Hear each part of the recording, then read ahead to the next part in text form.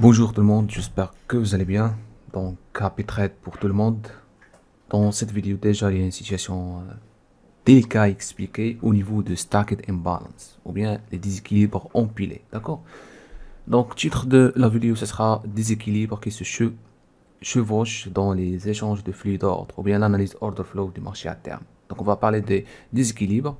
Donc, comme vous voyez dans cette image, vous allez voir des équilibres d'achat empilés. Donc 166, 238, 136, 400, 868. Donc ce qu'il faut savoir, c'est que les déséquilibres, soit d'achat, soit de vente, empilés, ça crée vraiment un déséquilibre entre l'offre et la demande. Et ça peut servir comme vraiment une confirmation éprouvante parce que ça va vous aider encore de vraiment prendre une décision bien éclairée. Lorsque vous voyez des déséquilibres et vous constatez que les déséquilibres sont plus forts par rapport à ce qui se passe, soit sur l'offre, soit sur la demande, donc ça va vous aider vraiment, ou bien te motiver de prendre la décision d'achat, d'accord? Ou bien de vente, bien sûr. Donc on va expliquer d'abord, c'est quoi les déséquilibres, leur calcul sur le footprint ici, le footprint, et après, je vais vous montrer la situation délicate pour mieux comprendre le fonctionnement du déséquilibre. D'accord? Donc, Stacked Imbalance. Un déséquilibre d'achat empilé se produit lorsqu'il y a trois déséquilibres d'achat ou plus parfaitement empilés les uns sur les autres. Donc, ce qu'il faut savoir, sur le footprint, une fois on a trois déséquilibres côte à côte, ça ce qu'on appelle déséquilibre empilé. D'accord? Et ça crée ce qu'on appelle une zone comme ça, soit donc comme vous voyez ici la ligne, le rectangle en vert, d'accord? Donc ça crée une zone de support ou bien une zone de résistance. Je vais vous montrer ça aussi sur le graphique. Donc un déséquilibre de vente empilé se produit lorsqu'il y a trois déséquilibres de vente ou plus parfaitement empilés les unes sur les autres. Donc pour vente c'est la même chose. Lorsque vous avez trois déséquilibres de vente, donc je vais essayer de voir un exemple sur graphe. Bien sûr, je dis empilé, c'est-à-dire il faut au minimum avoir des déséquilibres empilés. Voilà, comme ici. Donc vous avez 95, 98 et 99. Donc ça, c'est ce qu'on appelle des équilibres de vente empilés. D'accord? Donc je continue. Ce sont des zones de soutien potentiel, des équilibres d'achat empilés ou de résistance potentielle. D'accord? Tout simplement, la première chose, c'est que ce sont des zones de support ou bien des zones de résistance. D'accord? À savoir que si le marché vient de retester ces niveaux-là, ça peut créer une zone de soutien potentiel. Donc pour cette raison, vous pouvez choisir de dessiner une zone de déséquilibre empilé pour le voir visuellement. Donc sur le footprint ici, on prend en considération à peu près 5 bougées. Donc 1, 2, 3, 4 et 5. Donc vous allez voir le numéro 1, 2, 3, 4 et 5. C'est-à-dire il prend en considération une zone de support, soit de résistance de 5 bougées. D'accord? Et vous avez la possibilité de s'éloigner ça jusqu'à vraiment le marché teste ce niveau. D'accord?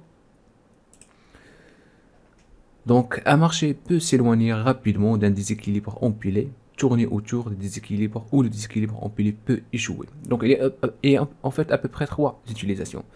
Première utilisation, c'est qu'un marché peut s'éloigner rapidement d'un déséquilibre empilé. Lorsque vous avez un déséquilibre empilé, le marché peut s'éclater rapidement. Et c'est le cas qu'on voit actuellement au marché.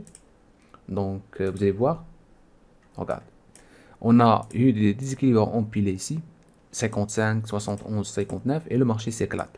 D'accord, ça c'est la première situation. Une fois que vous avez parfois des déséquilibres empilés en fonction de ce qui se passe sur l'offre et la demande, le marché peut s'éclater rapidement. D'accord, s'il y a vraiment des acheteurs agressifs et un volume important.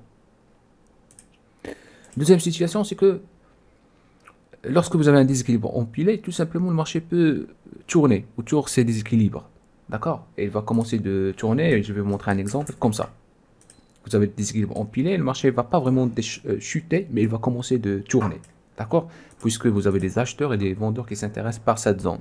D'accord? Donc ça, c'est la deuxième, en fait, c'est pas deuxième utilisation, mais c'est deuxième situation. Et vous avez la troisième situation, c'est le déséquilibre empilé peut échouer. C'est-à-dire, parfois, vous allez voir un déséquilibre empilé, comme ça, regarde. Et le marché va pas monter, mais il va descendre au contraire. Donc, on va expliquer ces trois situations. D'accord? On va expliquer ces trois situations pour vraiment comprendre le mieux le fonctionnement des déséquilibres empilés et ne pas vraiment se piéger dans les marchés.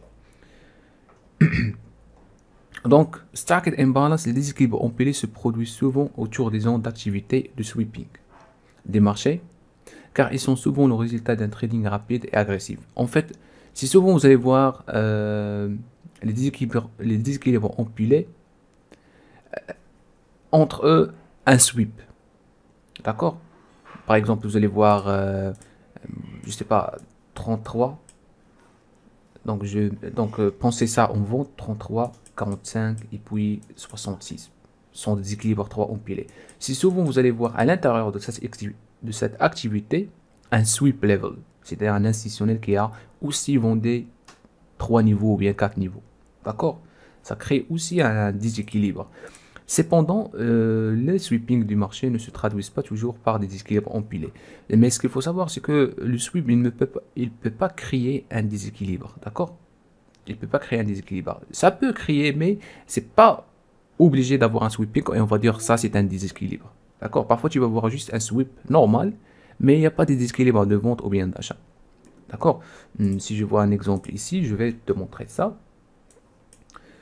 Voilà, par exemple, on prend cette... donc, par exemple, ici, vous avez sweep de 3 niveaux. 36, 10, 60, de 4 niveaux, pardon. De là jusqu'à là. Mais vous voyez, il n'y a pas de déséquilibre empilé. Vous avez deux déséquilibres. Ça ne signifie pas que c'est lui qui a créé les déséquilibres, d'accord? Donc, tout simplement, ce qu'il faut savoir, c'est qu'un déséquilibre, pardon, un sweep level, lui-même, il ne crée pas les déséquilibres, d'accord?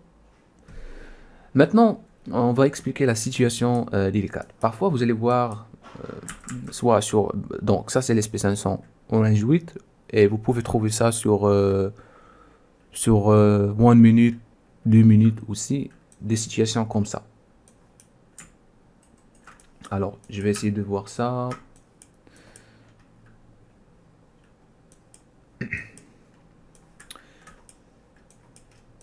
Donc, je vais voir une situation rapide pour vous montrer.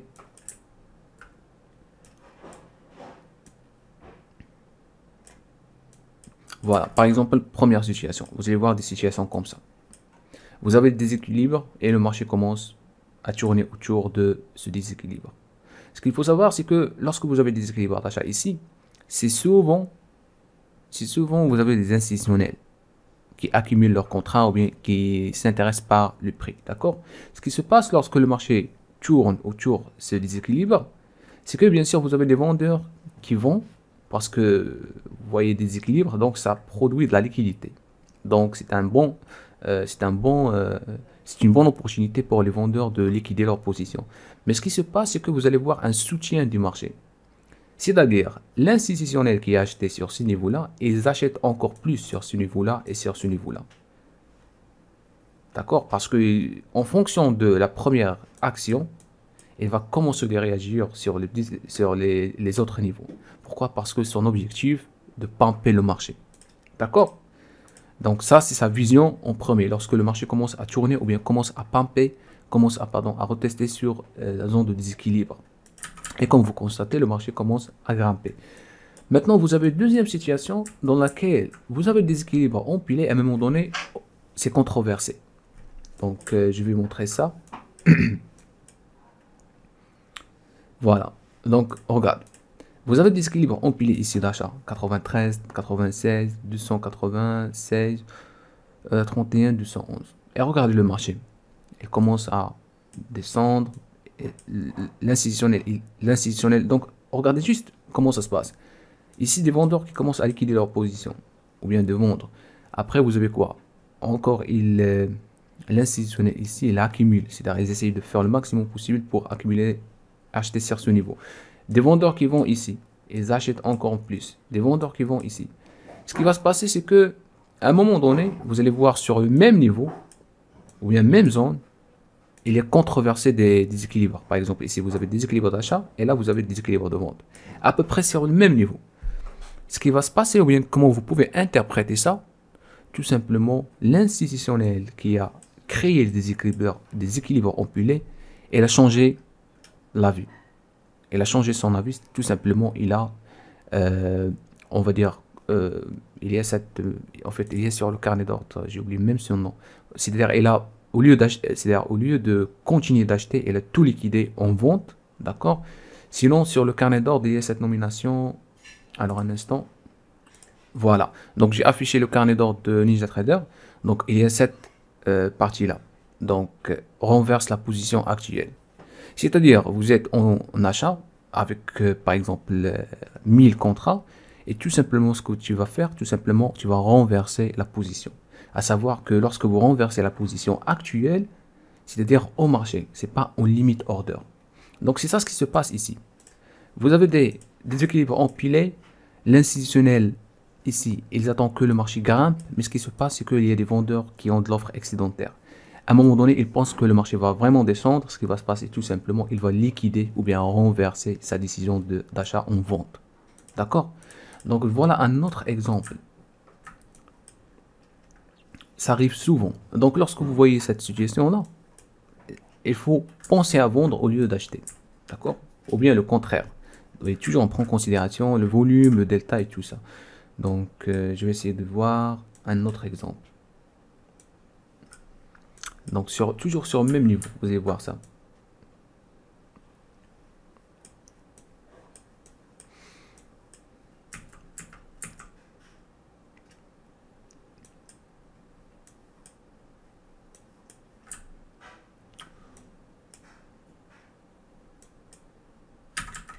Après, vous pouvez constater aussi comme le séquençage d'ordre. Le séquençage d'ordre aussi, c'est vraiment, c'est à peu près comme les déséquilibres.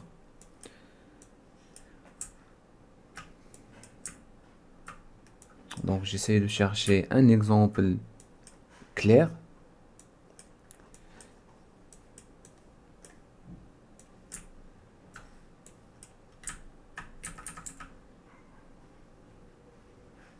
Donc, voilà.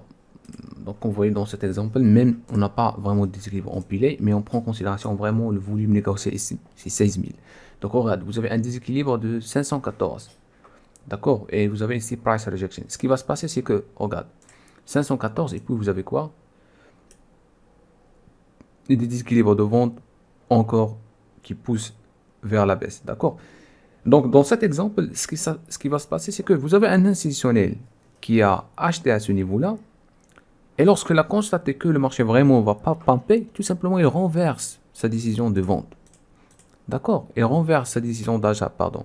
Et ça arrive souvent, même sur les séquençages. Par exemple, ici, vous avez un séquençage. Pour vraiment définir une vraie cassure de séquençage, il faut avoir une cassure qui contient des déséquilibres de vente ou bien d'achat.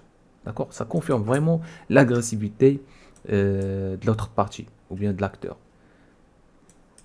Donc, j'essaie de trouver un exemple bien, un exemple clair.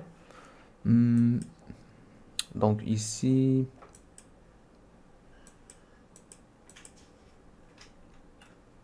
donc par exemple là, regarde, vous avez des équilibres d'achat et des équilibres d'achat.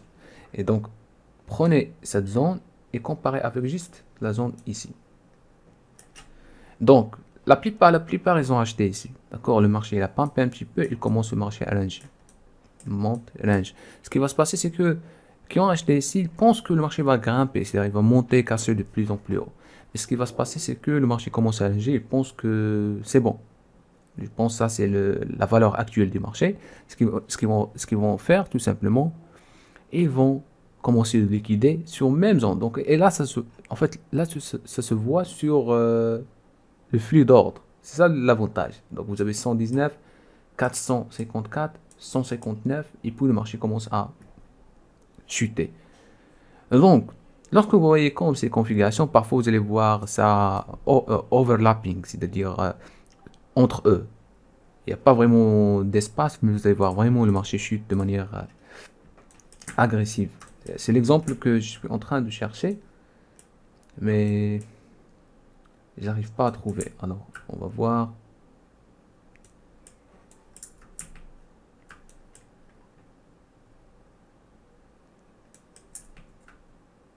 Voilà, par exemple, cet exemple, regarde. Déséquilibre d'achat, le marché pump un petit peu sur le même niveau ici. Qu'est-ce que vous avez? Déséquilibre de vente. Et puis déséquilibre de vente. Bien sûr, ici, il faut voir que On a déjà un séquençage d'ordre d'achat. Mais regarde cette situation. C'est à peu près au même niveau. Donc, comment vous savez ça? C'est sûrement ce sont les mêmes institutionnels. D'accord? Même traders qui s'engagent sur ce niveau-là.